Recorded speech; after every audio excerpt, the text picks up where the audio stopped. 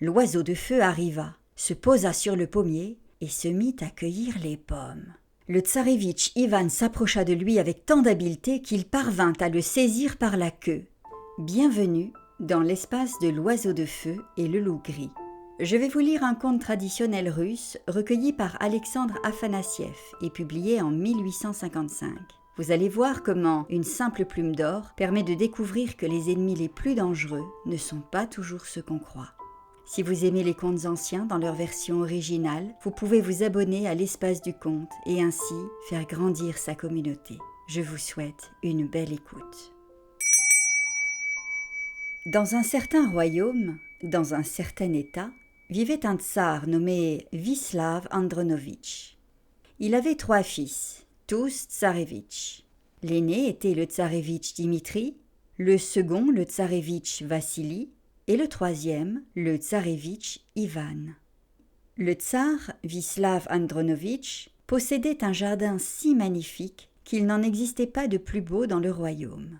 Dans ce jardin poussaient toutes sortes d'arbres précieux, portant des fruits ou n'en portant pas.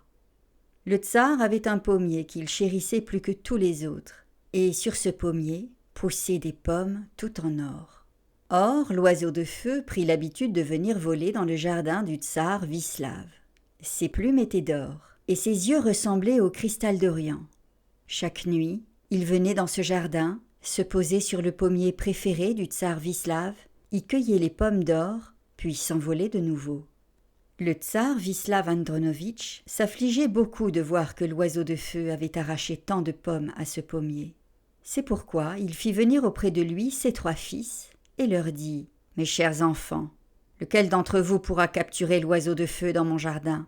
Celui qui le prendra vivant, je lui donnerai de mon vivant encore la moitié de mon royaume, et après ma mort, le royaume tout entier. » Alors ses fils, les tsarévitchs, s'écrièrent tous d'une seule voix. « Souverain très clément, notre père, votre majesté, c'est avec la plus grande joie que nous nous efforcerons de capturer vivant l'oiseau de feu. » La première nuit, le tsarévitch Dimitri alla monter la garde dans le jardin.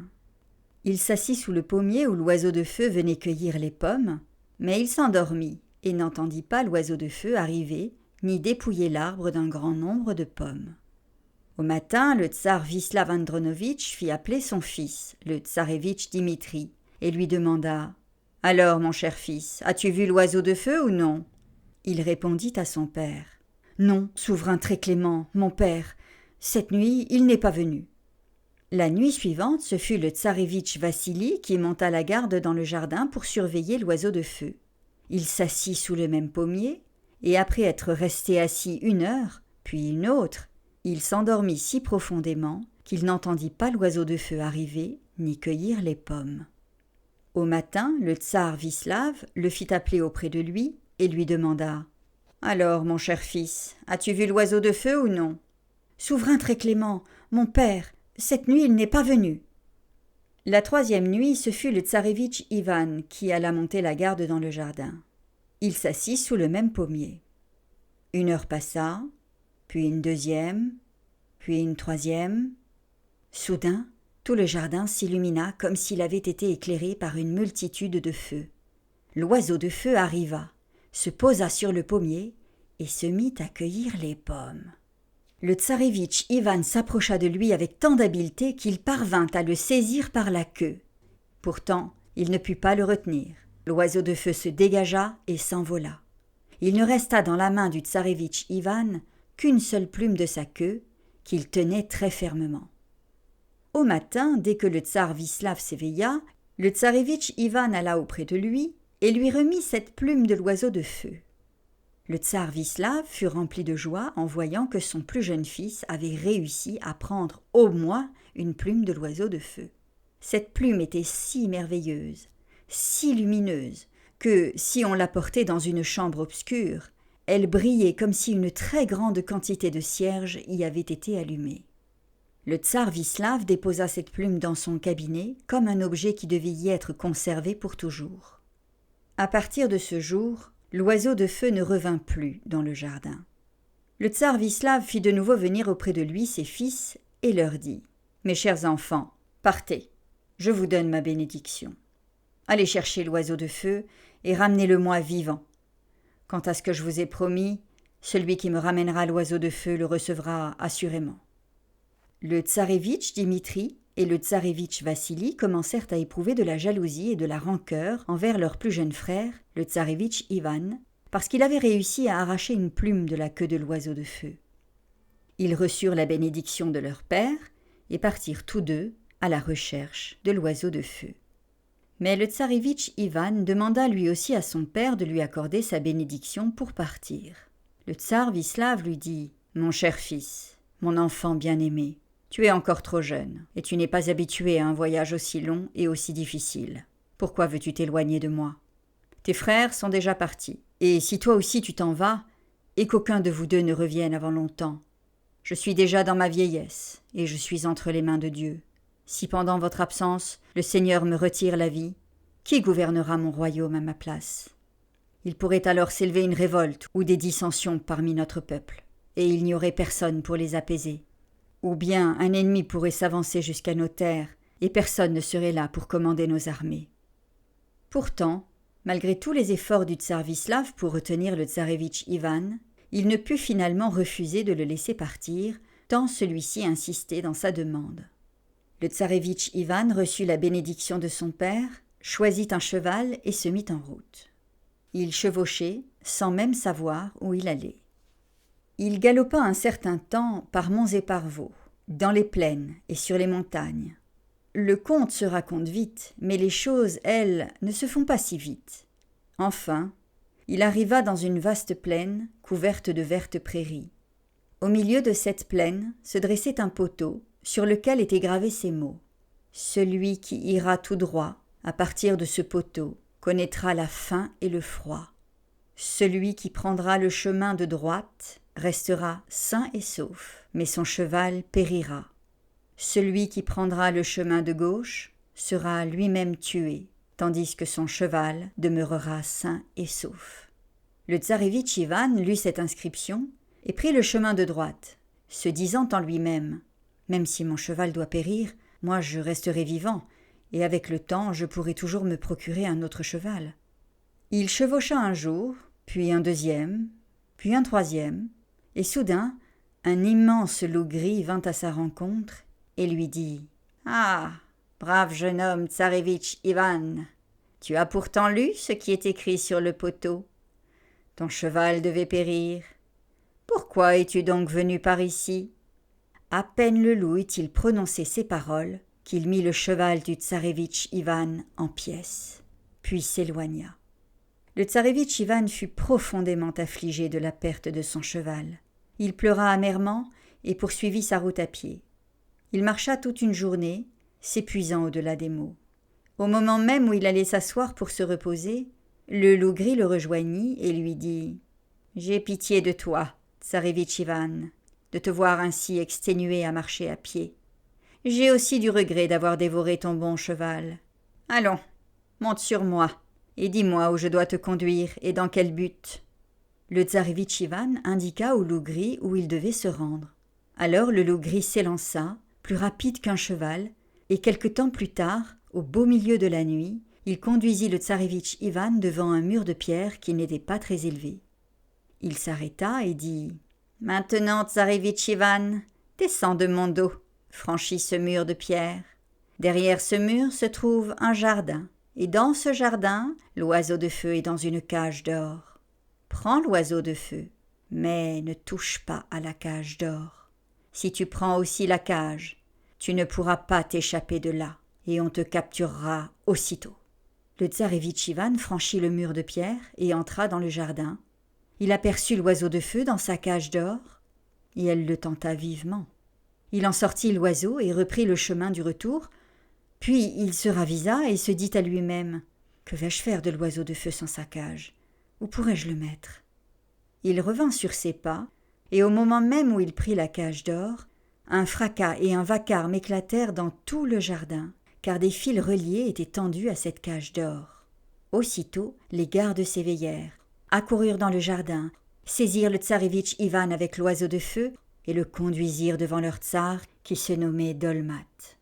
Le tsar Dolmat entra dans une grande colère contre le tsarévitch Ivan et s'écria d'une voix forte et irritée. « N'as-tu donc pas honte, jeune homme, de voler?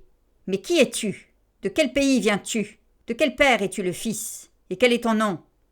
Le tsarévitch Ivan lui répondit. « Je viens du royaume de Vislav. Je suis le fils du tsar Vislav Andronovitch, et l'on m'appelle le tsarévitch Ivan. Ton oiseau de feu a pris l'habitude de venir chaque nuit dans notre jardin. Il cueillait les pommes d'or du pommier préféré de mon père et avait presque entièrement abîmé cet arbre. C'est pourquoi mon père m'a envoyé chercher l'oiseau de feu et le lui ramener. »« Ah, jeune homme, tsarévitch Ivan, dit le tsar Dolmat, est-il convenable d'agir comme tu l'as fait? Tu n'avais qu'à venir me trouver et je t'aurais donné l'oiseau de feu avec tous les honneurs. Mais maintenant, que dira-t-on lorsque j'enverrai dans tous les royaumes les messagers annoncer la manière déshonorante dont tu t'es conduit dans mon royaume? Cependant, écoute-moi, tsarévitch Ivan. Si tu me rends un service, si tu vas au-delà de 3 fois 9 terres, dans le 30e royaume, et que tu me rapportes le cheval à la crinière d'or du tsar Afron, alors je te pardonnerai ta faute, et je te remettrai l'oiseau de feu avec les plus grands honneurs. Mais si tu ne me rends pas ce service, je ferai savoir dans tous les royaumes que tu es un voleur malhonnête. » Le tsarévitch Ivan quitta le tsar Dolmat, le cœur rempli d'une profonde tristesse, après lui avoir promis de lui rapporter le cheval à la crinière d'or. Il rejoignit le loup gris et lui raconta tout ce que le tsar Dolmat lui avait dit. « Ah, brave jeune homme, tsarévitch Ivan, lui dit le loup gris. Pourquoi n'as-tu pas écouté mes paroles? Pourquoi as-tu pris la cage d'or? » « J'ai eu tort, répondit le tsarévitch Ivan au loup. Bien, qu'il en soit ainsi, dit le loup gris. Monte sur mon dos, je te conduirai là où tu dois aller. Le tsarévitch Ivan monta sur le dos du loup gris. Le loup s'élança avec la rapidité d'une flèche et courut un certain temps. Enfin, au cœur de la nuit, il arriva dans le royaume du tsar Afron. Parvenu dans les écuries royales de pierre blanche, le loup gris dit au tsarévitch Ivan. « Va, tsarévitch Ivan, entre dans ces écuries de pierre blanche. En ce moment, tous les palefreniers chargés de la garde dorment profondément. Prends le cheval à la crinière d'or, mais il y a, suspendue au mur, une bride d'or. Ne la prends pas, sinon il t'arrivera malheur. » Le tsarévitch Ivan entra dans les écuries de pierre blanche, prit le cheval et s'apprêtait à repartir. Mais il aperçut la bride suspendue au mur et fut tellement tenté qu'il la décrocha du crochet. À peine l'eut-il décroché qu'un grand fracas et un vacarme éclatèrent dans toutes les écuries, car des fils tendus étaient reliés à cette bride. Les palefreniers de garde se réveillèrent aussitôt, accoururent, saisirent le tsarévitch Ivan et le conduisirent devant le tsar Afron. Le tsar Afron se mit à l'interroger. « Ah, brave jeune homme, dis-moi de quel royaume viens-tu? De quel père es-tu le fils? Et quel est ton nom ?» Le tsarévitch Ivan lui répondit. « Je viens du royaume de Vislav. Je suis le fils du tsar Vislav Andronovitch, et l'on m'appelle le tsarévitch Ivan. »« Ah, jeune homme, tsarévitch Ivan, lui dit le tsar Afron. Est-ce là une conduite digne d'un honnête chevalier? Tu n'avais qu'à venir me trouver, et je t'aurais donné le cheval à la crinière d'or avec tous les honneurs. Mais maintenant, que dira-t-on lorsque j'enverrai dans tout le royaume des messagers annoncer la manière déshonorante dont tu t'es conduit dans mon royaume? Cependant, écoute-moi bien, tsarévitch Ivan. Si tu me rends un service, si tu vas au-delà de 3 fois 9 terres, dans le 30e royaume, et que tu m'amènes la princesse Hélène la très belle, dont je suis depuis longtemps épris de toute mon âme et de tout mon cœur sans pouvoir l'obtenir, alors je te pardonnerai cette faute, et je te remettrai le cheval à la crinière d'or avec sa bride d'or.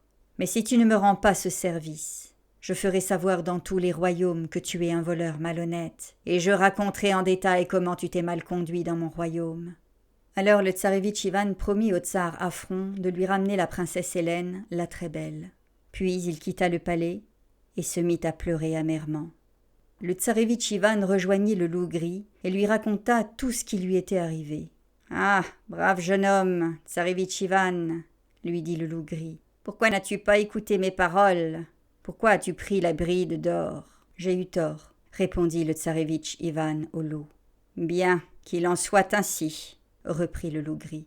Monte sur mon dos, je te conduirai là où tu dois aller. Le tsarévitch Ivan monta sur le dos du loup gris. Le loup s'élança avec la rapidité d'une flèche. Il courut, pour le dire comme dans un conte, peu de temps, puis il arriva enfin dans le royaume de la princesse Hélène la Très-Belle. Parvenu devant la grille d'or qui entourait un merveilleux jardin, le loup dit au tsarévitch Ivan « Maintenant, tsarévitch Ivan, descends de mon dos, puis reprends le même chemin que celui par lequel nous sommes venus jusqu'ici. Attends-moi dans la vaste plaine sous le grand chêne vert. » Le tsarévitch Ivan se rendit là où le loup lui avait ordonné d'aller. Quant au loup gris, il s'assit près de cette grille d'or et attendit que la princesse Hélène la Très-Belle vienne se promener dans le jardin. Vers le soir, lorsque le soleil s'était déjà bien incliné vers l'ouest et que l'air était devenu plus frais, la princesse Hélène la Très-Belle sortit se promener dans le jardin, accompagnée de ses nourrices et des dames de sa cour. Lorsqu'elle entra dans le jardin et s'approcha de l'endroit où le loup gris était assis derrière la grille, le loup gris bondit soudain par-dessus la grille, saisit la princesse Hélène la Très-Belle, rebondit aussitôt de l'autre côté et s'enfuit avec elle à toute vitesse. Il arriva dans la vaste plaine sous le grand chêne où le tsarévitch Ivan l'attendait et lui dit « Tsarévitch Ivan, monte vite sur mon dos !» Le tsarévitch Ivan monta sur le loup et le loup gris les emporta tous deux rapidement vers le royaume du tsar Afron. Les nourrices, les gouvernantes et toutes les dames de la cour qui se promenaient avec la princesse Hélène la Très-Belle coururent aussitôt au palais. On lança des poursuivants à la recherche du loup gris pour le rattraper. Mais malgré tous leurs efforts, ils ne purent l'atteindre et finirent par revenir. Pendant qu'ils voyageaient ensemble sur le dos du loup gris, le tsarévitch Ivan aima de tout son cœur la princesse Hélène la Très-Belle. Et elle, de son côté, s'éprit du tsarévitch Ivan. Lorsque le loup gris arriva dans le royaume du tsar Afron, et qu'il fallut conduire la princesse Hélène la Très-Belle au palais pour la remettre au tsar, le tsarévitch Ivan fut saisi d'une profonde tristesse et se mit à pleurer amèrement. Le loup gris lui dit « Pourquoi pleures-tu, tsarévitch Ivan ?» Le tsarévitch Ivan lui répondit « Mon ami, loup gris, comment un brave jeune homme comme moi ne pleurerait-il pas et ne serait-il pas accablé de chagrin? J'aime de tout mon cœur la princesse Hélène la Très-Belle. Et maintenant, je dois la remettre au tsar Afron pour obtenir le cheval à la crinière d'or. Mais si je ne la lui remets pas, le tsar Afron me couvrira de déshonneur dans tous les royaumes. »« Je t'ai déjà rendu bien des services, tsarévitch Ivan, » dit le loup gris, « et je t'en rendrai encore un. Écoute-moi. Je vais prendre l'apparence de la princesse Hélène la Très-Belle. Tu me conduiras auprès du tsar Afron, et tu prendras le cheval à la crinière d'or. Il me croira être la véritable princesse. Lorsque tu seras monté sur le cheval à la crinière d'or et que tu seras parti loin d'ici, je demanderai au tsar Afron la permission d'aller me promener dans la plaine. Dès qu'il m'aura laissé sortir avec les nourrices, les gouvernantes et toutes les dames de la cour, et que je serai avec elles dans la plaine, pense à moi, et je serai de nouveau auprès de toi. » À peine le loup gris eut-il prononcé ces paroles qu'il se jeta sur la terre humide et se transforma en la princesse Hélène la Très-Belle. Il lui ressemblait si parfaitement qu'il était impossible de reconnaître qu'il ne s'agissait pas d'elle. Le tsarévitch Ivan emmena le loup gris, devenu Hélène la Très-Belle, jusqu'au palais du tsar Afron, tandis qu'il avait ordonné à la véritable princesse Hélène d'attendre hors de la ville. Lorsque le tsarévitch Ivan se présenta devant le tsar Afron avec cette prétendue Hélène la Très-Belle, le tsar se réjouit du plus profond de son cœur d'obtenir enfin un trésor qu'il désirait depuis si longtemps. Il accueillit la fausse princesse et remit au tsarévitch Ivan le cheval à la crinière d'or. Le tsarévitch Ivan monta sur ce cheval, sortit de la ville, fit monter avec lui la véritable Hélène la Très-Belle et reprit la route vers le royaume du tsar Dolmat. Pendant ce temps, le loup gris demeura auprès du tsar Afron un jour, puis un deuxième, puis un troisième, sous les traits de la princesse Hélène la Très-Belle. Le quatrième jour, il demanda au tsar Afron la permission d'aller se promener dans la vaste plaine afin de chasser sa profonde tristesse. Le tsar Afron lui répondit « Ah, ma belle princesse Hélène, pour toi je ferai tout ce que tu souhaites. Je te laisse aller te promener dans la plaine. » Aussitôt, il ordonna aux nourrices, aux gouvernantes et à toutes les dames de la cour d'accompagner la princesse Hélène la Très-Belle dans la plaine. Le tsarévitch Ivan poursuivait sa route avec Hélène la Très-Belle. Ils conversaient ensemble, si bien qu'il en vint presque à oublier le loup gris. Puis, soudain, il se souvint de lui et s'écria « Ah, où est donc mon loup gris ?» À peine avait-il prononcé ces mots que le loup gris apparut devant lui, comme sorti de nulle part, et lui dit « Monte sur mon dos, tsarevitch Ivan. Quant à la princesse Hélène la très belle, qu'elle poursuive sa route sur le cheval à la crinière d'or. » Le tsarevitch Ivan monta sur le loup gris, et ils reprirent ensemble la route vers le royaume du tsar Dolmat. Ils voyagèrent quelque temps. Lorsqu'ils arrivèrent près de la ville, ils s'arrêtèrent. Le tsarevitch Ivan se mit alors à supplier le loup gris. « Écoute-moi, mon cher ami loup gris, tu m'as déjà rendu tant de services. Rends-moi encore un dernier. Voici ce que je te demande. Pourrais-tu te transformer en cheval à la crinière d'or à la place de celui-ci ? Car je n'ai aucune envie de me séparer de ce cheval à la crinière d'or. » Aussitôt, le loup gris se jeta sur la terre humide et se transforma en cheval à la crinière d'or. Le tsarevitch Ivan laissa la princesse Hélène la très belle dans une verte prairie, monta sur le loup gris devenu cheval à la crinière d'or et se rendit au palais du tsar Dolmat. Dès que le tsar Dolmat aperçut le tsarevitch Ivan arrivant sur le cheval à la crinière d'or, il en fut rempli de joie. Il sortit aussitôt de son palais, alla à sa rencontre dans la vaste cour, l'embrassa sur ses lèvres de sucre, le prit par la main droite et le conduisit dans les salles de pierre blanche. Pour célébrer cette joie, le tsar Dolmat fit préparer un festin.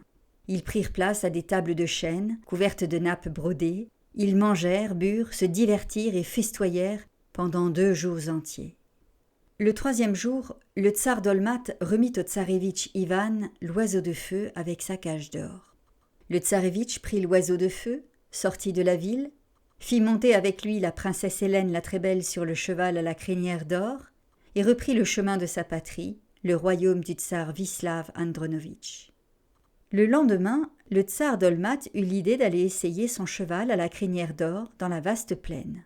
Il ordonna qu'on le sellât, monta sur lui et partit dans la plaine. Mais à peine eut-il lancé le cheval au galop que celui-ci le désarçonna. Puis, reprenant aussitôt son apparence de loup gris, il s'élança à toute vitesse et rattrapa le tsarevitch Ivan. « Tsarevitch Ivan, dit le loup gris, monte sur mon dos. Quant à la princesse Hélène la très belle, qu'elle poursuive sa route sur le cheval à la crinière d'or. » Le tsarevitch Ivan monta sur le loup gris et ils reprirent leur route. Lorsque le loup gris eut conduit le tsarevitch Ivan jusqu'à l'endroit même où il avait autrefois mis son cheval en pièces, il s'arrêta et lui dit « Eh bien, tsarevitch Ivan, je t'ai servi fidèlement et loyalement autant qu'il le fallait. C'est ici même que j'ai mis ton cheval en pièces, et c'est jusqu'à cet endroit que je devais te ramener. Descends maintenant de mon dos. Tu possèdes désormais le cheval à la crinière d'or, monte-le et poursuis ta route où bon te semble. Quant à moi, je ne serai plus ton serviteur. » Après avoir prononcé ces paroles, le loup gris s'enfuit au loin. Le tsarevitch Ivan pleura amèrement le départ du loup gris, puis reprit sa route avec la princesse Hélène la très belle. Après avoir voyagé quelque temps avec la princesse Hélène la très belle sur le cheval à la crinière d'or, alors qu'ils n'étaient plus très loin du royaume, ils s'arrêtèrent. Le tsarevitch Ivan descendit du cheval et avec la princesse Hélène la très belle s'allongea sous un arbre pour se reposer de la chaleur du soleil. Il attacha le cheval à ce même arbre et déposa près de lui la cage contenant l'oiseau de feu. Étendus sur l'herbe fraîche, tout en échangeant des propos tendres, ils s'endormirent profondément. Au même moment, les frères du tsarevitch Ivan, les tsarevitch Dimitri et Vassili, revenaient vers leur royaume. Après avoir parcouru de nombreux pays sans avoir trouvé l'oiseau de feu, ils rentraient les mains vides. Par hasard, ils découvrirent leur frère Ivan endormi auprès de la princesse Hélène la très belle. En voyant le cheval à la crinière d'or et l'oiseau de feu dans sa cage d'or, ils en furent profondément tentés et décidèrent de tuer leur frère Ivan. Le tsarevitch Dimitri tira son épée de son fourreau et transperça le tsarevitch Ivan et le mit en pièces. Puis il réveilla la princesse Hélène la très belle et lui demanda « Belle jeune fille, de quel royaume es-tu? De quel père es-tu la fille et quel est ton nom ?» En voyant le tsarevitch Ivan mort, la princesse Hélène la très belle fut saisie d'une grande frayeur. Elle éclata en sanglots et à travers ses larmes répondit « Je suis la princesse Hélène la très belle. C'est le tsarevitch Ivan qui m'a sauvée. Et c'est lui que vous avez livré à une mort cruelle. Vous seriez de véritables chevaliers si vous l'aviez affronté de son vivant dans la vaste plaine. Mais vous avez tué un homme endormi. Quel honneur pouvez-vous retirer d'un tel acte? Un homme endormi est comme un mort. » Alors le tsarévitch Dimitri posa la pointe de son épée contre le cœur de la princesse Hélène la Très-Belle et lui dit « Écoute, Hélène la Très-Belle, tu es désormais entre nos mains. Nous te conduirons près de notre père, le tsar Vislav Andronovitch, et tu lui diras que c'est nous qui t'avons ramené, ainsi que l'oiseau de feu et le cheval à la crinière d'or. Si tu ne le dis pas, je te mettrai à mort sur le champ. » La princesse Hélène la Très-Belle, effrayée à l'idée de mourir, leur promit, en jurant sur tout ce qu'elle avait de plus sacré, qu'elle dirait ce qu'il lui ordonnait de dire. Alors les tsarévitchs Dimitri et Vassili tirèrent au sort, lequel d'entre eux recevrait la princesse Hélène la Très-Belle et lequel obtiendrait le cheval à la crinière d'or.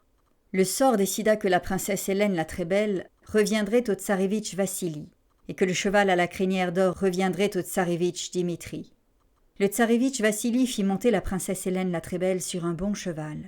Le tsarévitch Dimitri monta sur le cheval à la crinière d'or, prit l'oiseau de feu afin de le remettre à leur père, le tsar Vislav Andronovitch, puis tous deux reprirent la route. Le tsarévitch Ivan demeura mort en ce lieu pendant 30 jours entiers. Au bout de ce temps, le loup gris arriva, reconnut le tsarévitch Ivan à son odeur. Il voulut lui porter secours, le ramener à la vie, mais il ne savait pas comment s'y prendre. À ce moment-là, le loup gris aperçut un corbeau et 2 corbillas qui tournaient au-dessus du corps. Il s'apprêtait à descendre pour se repaître de la chair du tsarévitch Ivan. Le loup gris se cacha derrière un buisson. Dès que les 2 petits corbeaux se posèrent au sol, ils commencèrent à manger le corps du tsarévitch Ivan. Il bondit hors de sa cachette, saisit l'un des corbillas et s'apprêtait à le mettre en pièces. Alors le corbeau descendit à son tour, se posa un peu plus loin du loup gris et lui dit « Ah, brave loup gris, ne fais pas de mal à mon petit, il ne t'a pourtant rien fait. » Le loup gris répondit « Écoute-moi, corbeau, fils de corbeau, je ne toucherai pas à ton petit, je le laisserai sain et sauf, à une condition, rends-moi un service, envole-toi par-delà 3 fois 9 terres, jusqu'au 30e royaume, et rapporte-moi de l'eau morte et de l'eau vive. » Le corbeau, fils du corbeau, répondit au loup gris « Je te rendrai ce service, mais ne fais aucun mal à mon fils. » Après ces paroles, le corbeau s'envola et disparut. Le 3e jour, il revint avec 2 petits flacons. L'un contenait de l'eau morte, l'autre de l'eau vive. Il les remit au loup gris. Le loup gris prit les 2 flacons, il déchira le jeune corbeau en 2, l'aspergea d'eau morte, et le petit corbeau se ressouda. Puis il l'aspergea d'eau vive, et le jeune corbeau tressaillit avant de s'envoler. Ensuite, le loup gris aspergea le tsarévitch Ivan d'eau morte. Son corps se ressouda. Puis il l'aspergea d'eau vive. Le tsarévitch Ivan se releva et s'écria « Ah, comme j'ai dormi longtemps !» Alors le loup gris lui répondit « Oui, tsarévitch Ivan, tu aurais dormi pour l'éternité si je n'avais pas été là. Ce sont tes propres frères qui t'ont mis en pièces. Ils ont emmené avec eux la princesse Hélène la Très-Belle, le cheval à la crinière d'or et l'oiseau de feu. Hâte-toi maintenant de retourner dans ton royaume. Aujourd'hui même, ton frère, le tsarévitch Vassili, épouse ta fiancée, la princesse Hélène la Très-Belle.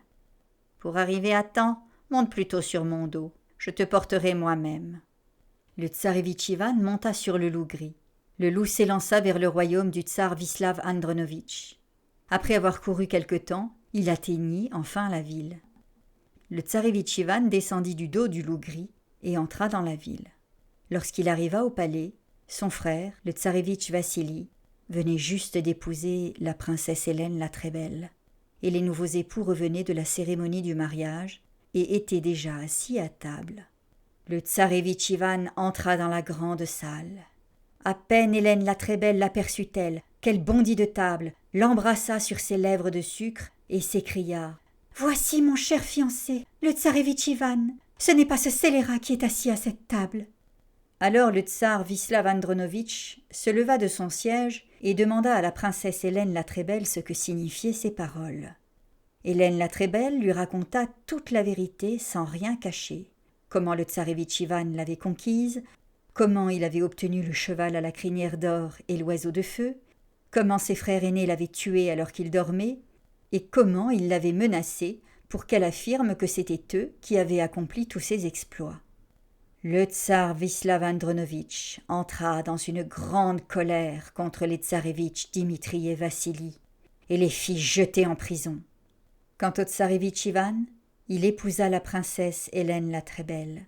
Ils vécurent ensemble en bonne entente, avec un amour profond, au point qu'ils ne pouvaient rester l'un sans l'autre une seule minute.